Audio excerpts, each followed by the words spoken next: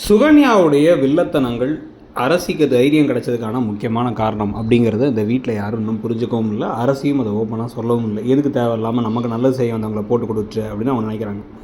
ஆனால் இதுக்கு பிறகு இப்போ அரசிக்கு ஒரு தனியாக மாப்பிள்ளையை பார்த்து, அந்த பக்கம் வந்து பார்த்திங்கன்னா குமரவேலுக்கு தனியாக ஒரு பொண்ணை பார்த்து 2 கல்யாண ட்ராக்கும் போயிட்டு இருக்கும்போது 2 கல்யாணத்தை வந்து ஓடி புதுசாக வந்து பார்த்திங்க அப்படின்னா வந்து இவங்க 2 பேரும் 2 வீட்டுக்கும் ஒரு ஷாக்கை கொடுத்து ஓடி போய் கல்யாணம் பண்ணுறது, அதுக்கு அரசி ஹெல்ப் பண்ணுறதுங்கிற விஷயம், அதுக்கு வந்து சுகன்யா ஹெல்ப் பண்ணுறதுங்க தான் நடக்க போகுது.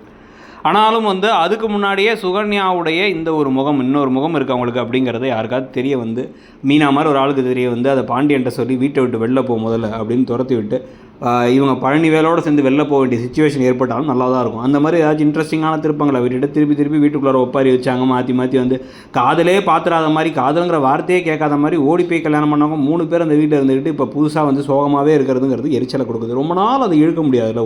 ஒரு விஷயத்தை ஒரு நாள் 2 நாள் காமிச்சா பரவாயில்ல, இருக்க எல்லார் முகத்தையும் காமிச்சு எந்நேரம் பார்த்தாங்க அழுதுகிட்டே இருந்து சாப்பாடே சாப்பிடாமல் இருந்து போய் அப்படியே போய் பஸ் ஸ்டாண்டில் படுத்துட்டு இருக்கிறதெல்லாம் ரொம்ப வந்து ஒரு மாதிரி கடுப்பேற்றுற மாதிரி இருந்துச்சு. உங்களுக்கு என்ன தோணுச்சுங்கிறத சொல்லுங்கள்.